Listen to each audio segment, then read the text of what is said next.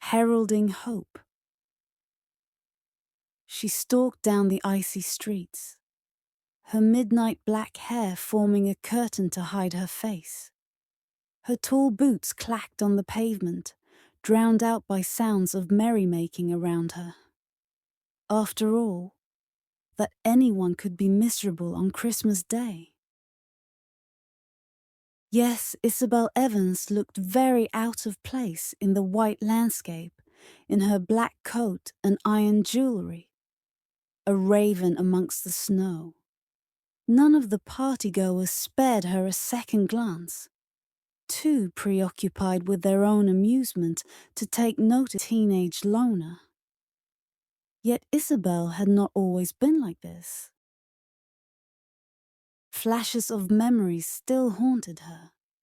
Glimpses of a warm, fire-lit house, mistletoe hanging from the ceiling, her father twirling her mother around and around in the icy pallor of the city square. But all that was long gone.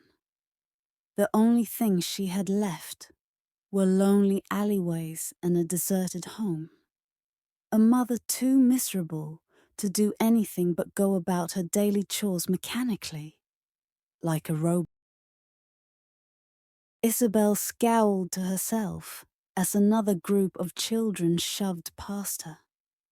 "Curse Christmas," she muttered under her breath. "Can't get a moment's peace with all these infuriatingly happy people lounging around."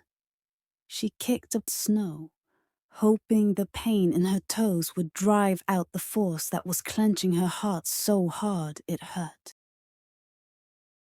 She wandered into one of those back alleys, somewhere that she knew would be desolate. So, imagine her surprise when she heard a discreet cough. Whisking her head back, she asked sharply, "Who?" Her first idea was that the girl looked a lot like a typical French belle. Blonde, blue-eyed, not a brain cell to speak of.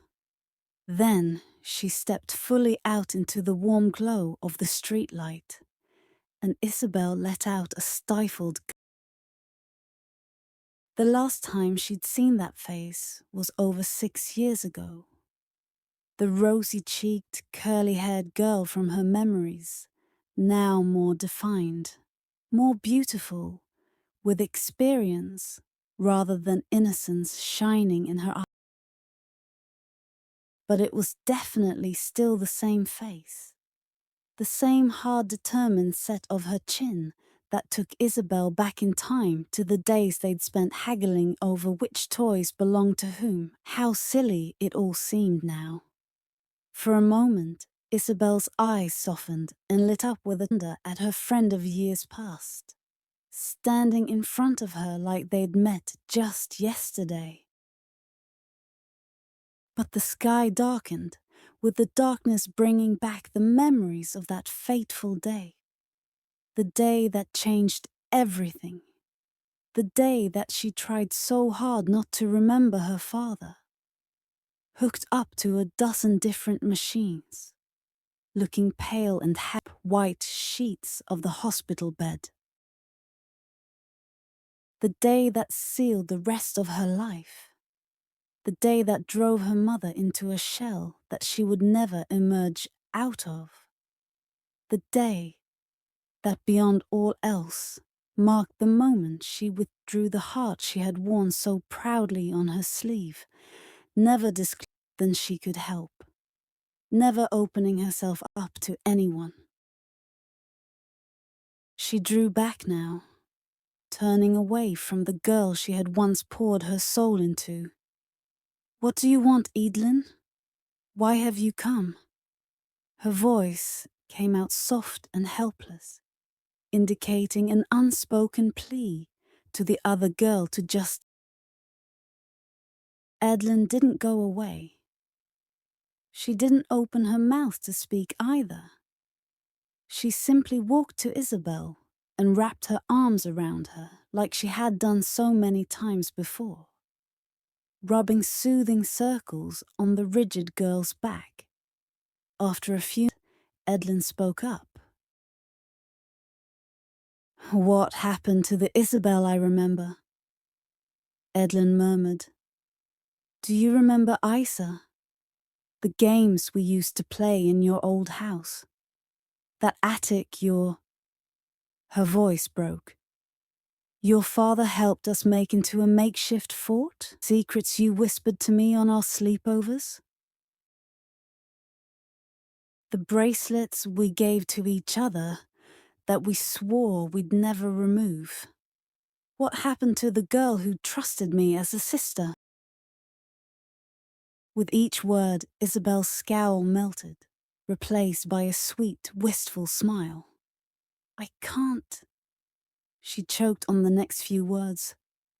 "I couldn't bear to talk to anyone I knew after Daddy died. I convinced my mum to move here, to the apartment." Tears glimmered in her eyes. "I never got back to what I was before. How could I without you? My other half."